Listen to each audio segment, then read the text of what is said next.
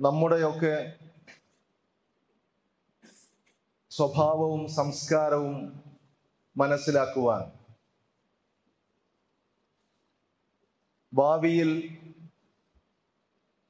നമ്മൾ ഏത് രൂപത്തിലുള്ള ആളുകളായി മാറും എന്ന് മനസ്സിലാക്കുവാൻ ഏറ്റവും നല്ല മാർഗമായി ഇന്ന് വിശദീകരിക്കുന്നത്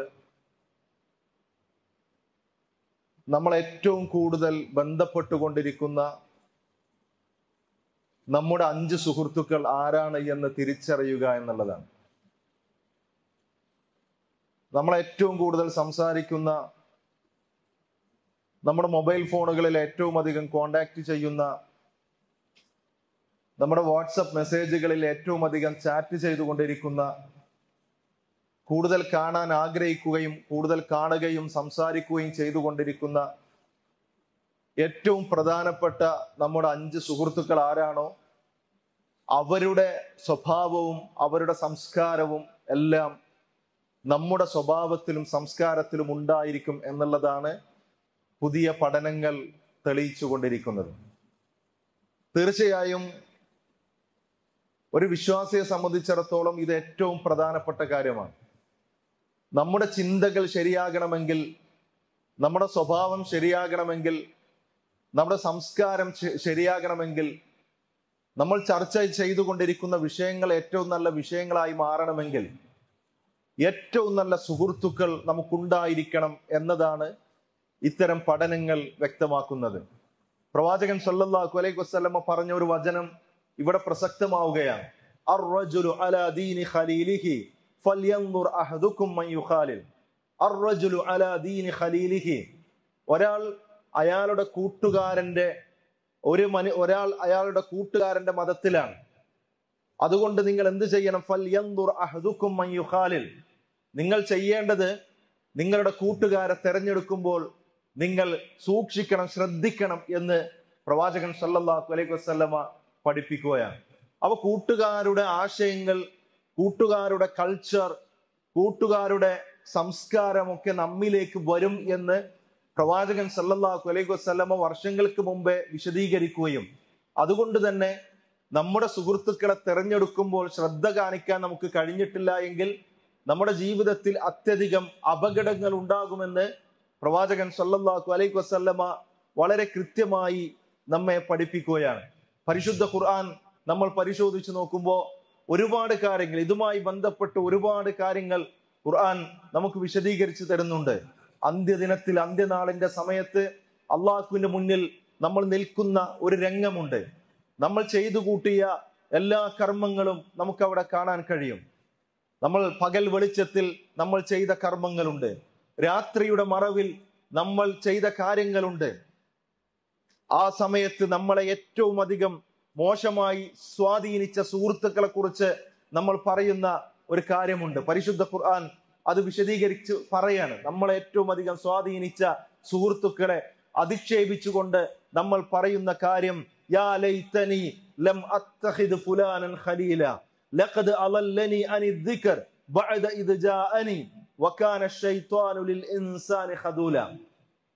യാ ലൈതനി ലം അത്തഖിദ് ഫുലാനൻ ഖലീല.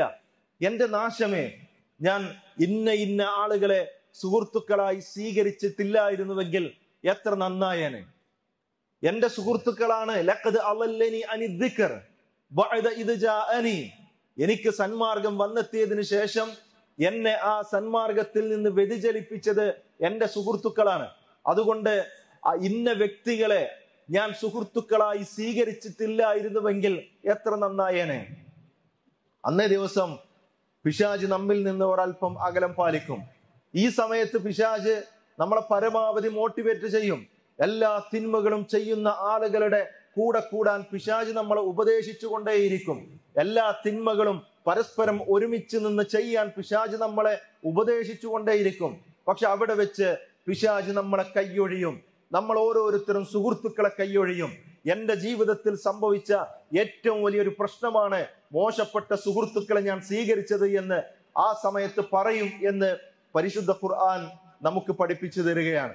വിശുദ്ധ ഖുർആൻ പറഞ്ഞു, ഹൽ യൻദുറൂന ഇല്ല സാഅ അൻ തഅതിയഹും ബഗ്ത വഹും ലാ യശ്ഉറൂൻ. നമ്മളൊന്നും ശ്രദ്ധിക്കാതിരിക്കെ, ഓർമ്മിക്കാതിരിക്കെ പെട്ടെന്ന് അന്ത്യസമയം അവർക്ക് വന്നെത്തുന്നതിനെ കുറിച്ച് നിങ്ങൾ ആലോചിച്ചിട്ടുണ്ടോ? നിങ്ങൾ നോക്കിയിട്ടുണ്ടോ? അന്ത്യദിനം പെട്ടെന്ന് സംഭവിക്കും. അങ്ങനെ ആ പെട്ടെന്ന് അന്ത്യദിനം സംഭവിക്കുമ്പോ അൽ അഖില്ലാഉ യൗമഇദിൻ ബഅദുഹും ലിബഅദിൻ അദുവ്വ് ഇല്ലൽ മുത്തഖീൻ. കൂട്ടുകാർ, സുഹൃത്തുക്കൾ ആ ദിവസം അന്യോന്യം ശത്രുക്കളായിരിക്കും. നമ്മൾ വിചാരിക്കുക നമ്മുടെ കൂടെ കൂടുന്ന എല്ലാവരും എല്ലാ സന്ദർഭങ്ങളിലും നമ്മുടെ ഒപ്പം ഉണ്ടാകുമെന്നാണ്.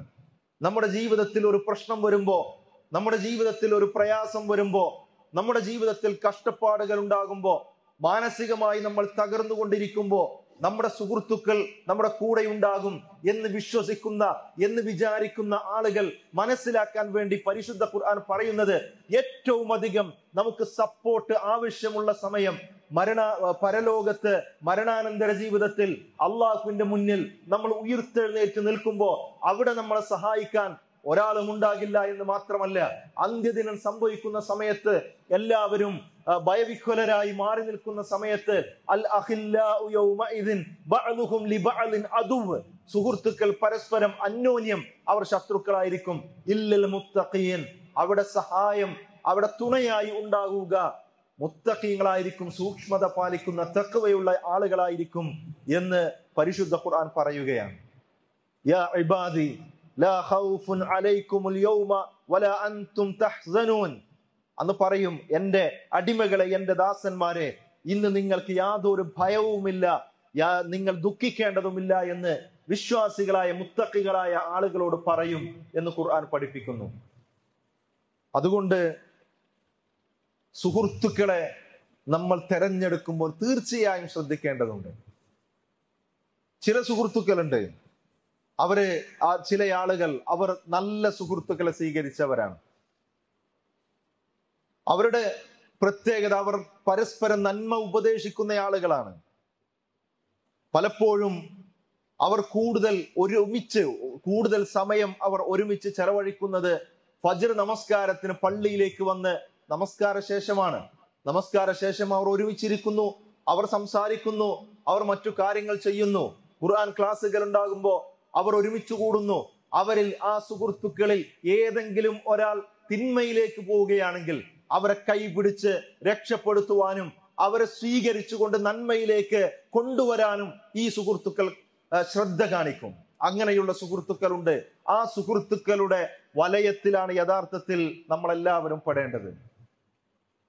അങ്ങനെ ചെയ്തു കഴിഞ്ഞാൽ ഈ ലോകത്തും പരലോകത്തും രക്ഷ തന്നെയാണ്. പ്രവാചകൻ സല്ലല്ലാഹു അലൈഹി വസല്ലം 7 വിഭാഗം ആളുകളെ സംബന്ധിച്ച് പറഞ്ഞു. ആ 7 വിഭാഗം ആളുകൾക്ക് സബഅത്തുൻ യുളില്ലുഹുമുല്ലാഹു ഫീ ളില്ലി യൗമ ലാ ളില്ല ഇല്ലാ ളില്ല. അല്ലാഹുവിന്റെ തണൽ മാത്രമുള്ള സമയത്ത്, ഒരാൾക്കും തണൽ നൽകാൻ കഴിയാത്ത സമയത്ത്, ആളുകൾ മുഴുവനും വിയർപ്പിൽ കുളിച്ച് ചൂടിന്റെ കാഠിന്യം കൊണ്ട് പ്രയാസപ്പെടുന്ന സമയത്ത് 7 വിഭാഗം ആളുകൾക്ക് അല്ലാഹു തണൽ നൽകും എന്ന് വിശദീകരിച്ചതിൽ ഒരു വിഭാഗം റജുലാനി തഹാബ്ബാ ഫില്ലാ ഇജ്തമഅ അലൈഹി വതഫറഖ അലൈഹി. റജുലാനി, രണ്ടാളുകൾ തഹാബ്ബാ ഫില്ലാ, അവർ അല്ലാഹുവിന്റെ മാർഗത്തിൽ സ്നേഹിച്ചവരാണ്. അവരുടെ സ്നേഹം അല്ലാഹുവിന്റെ മാർഗത്തിലുള്ള സ്നേഹമായിരുന്നു. ആ സ്നേഹത്തിന്റെ അടിസ്ഥാനത്തിൽ ഇജ്തമഅ അലൈഹി, ആ സ്നേഹം കൊണ്ട് അവർ ഒരുമിച്ചുകൂടി.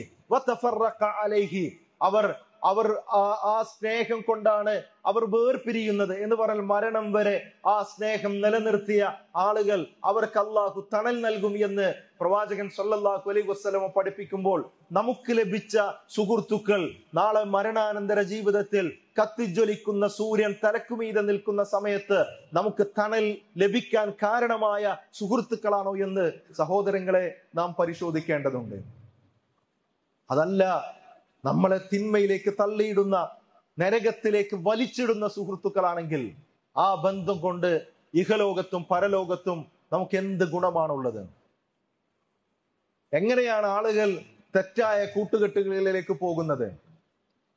തെറ്റായ കൂട്ടുകെട്ടുകളിലേക്ക് ആളുകൾ പോകുന്നത് ചിലപ്പോഴൊക്കെ എന്റെ സുഹൃത്തല്ലേ, അവൻ പറയുന്നത് എങ്ങനെ ഞാൻ കേൾക്കാതിരിക്കും, അവനെ ഞാൻ എങ്ങനെ തെറ്റിക്കും, അതുകൊണ്ട് അവൻ പറയുന്നതൊക്കെ കേൾക്കാം എന്ന് വിചാരിച്ചുകൊണ്ട് എല്ലാ തിന്മകളും കൂട്ടുകാരുടെ കൂടെ ചെയ്യുന്ന ആളുകളുണ്ട്.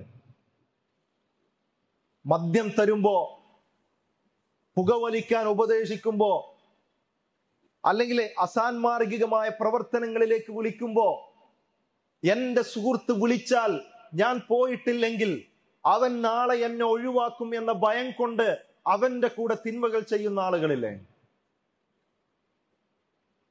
എന്റെ സുഹൃത്തിനെ അവൻ പറയുന്ന കാര്യങ്ങൾ കേട്ടിട്ടില്ല എങ്കിൽ എന്റെ അംഗീകാരം, എന്നോടുള്ള അവന്റെ സ്നേഹം നഷ്ടപ്പെടും എന്ന് വിചാരിച്ച് അവൻ പറയുന്ന കാര്യങ്ങളെല്ലാം ചെയ്യുന്ന ആളുകളുണ്ട്.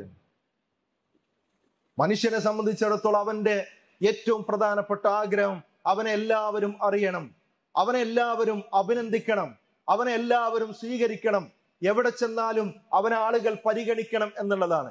അത്തരം പരിഗണനകൾ തെറ്റായ സുഹൃത്തുക്കൾ, മോശപ്പെട്ട പ്രവർത്തനങ്ങൾ ചെയ്യുന്ന സുഹൃത്തുക്കൾ നൽകുമ്പോൾ സ്വാഭാവികമായും ആ സുഹൃത്തിന്റെ കെണിയിൽ അകപ്പെട്ടുകൊണ്ട് എല്ലാം ചെയ്യുന്ന ആളുകളുണ്ട്. പക്ഷെ ഇവിടെ ഇസ്ലാം പഠിപ്പിക്കുന്ന സുഹൃത്തുക്കൾ ഉണ്ടാകണം എന്നാണ്. സുഹൃത്തുക്കൾ ഉണ്ടാവരുത് എന്നല്ല.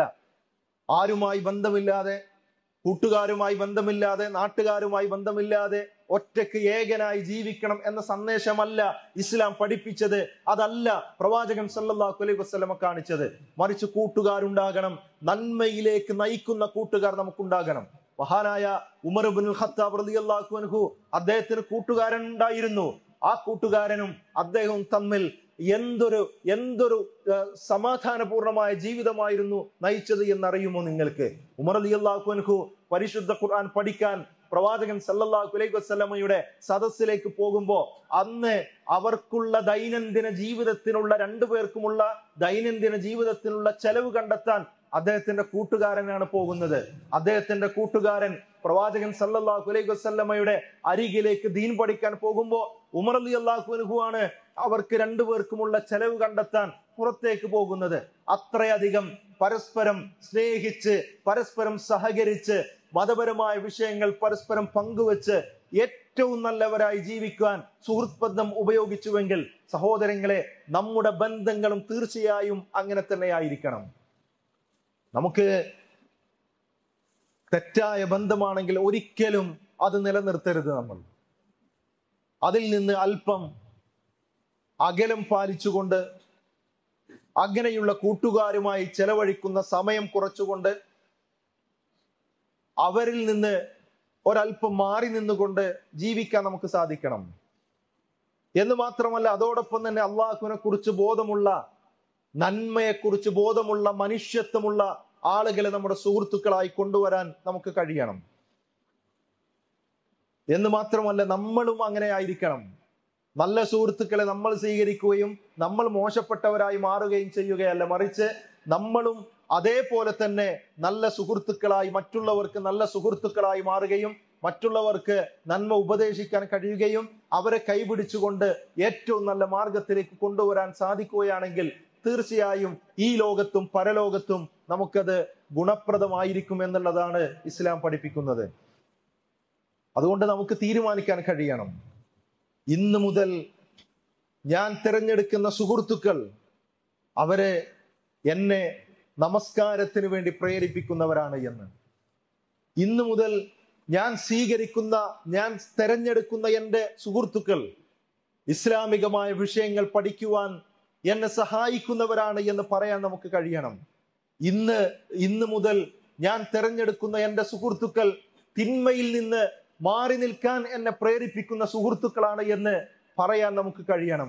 അതെ, നല്ല സ്വഭാവത്തിന്റെ ഉടമകളാക്കി മാറ്റുവാൻ, മനുഷ്യത്വമുള്ള, മനുഷ്യന്റെ വില എന്താണ് എന്ന് മനസ്സിലാക്കുന്ന, മനുഷ്യനെ ഏറ്റവും നന്മയിലേക്ക് ക്ഷണിക്കുന്ന സുഹൃത്തുക്കളെ ആയിരിക്കും ഞാൻ തിരഞ്ഞെടുക്കുക എന്ന് തീരുമാനിക്കാൻ സഹോദരങ്ങളെ നമുക്ക് സാധിക്കുകയാണെങ്കിൽ അവിടെയാണ് ഏറ്റവും നല്ല സുഹൃത്ത് ബന്ധങ്ങൾ കൊണ്ടുവരാൻ കഴിയുന്നത്.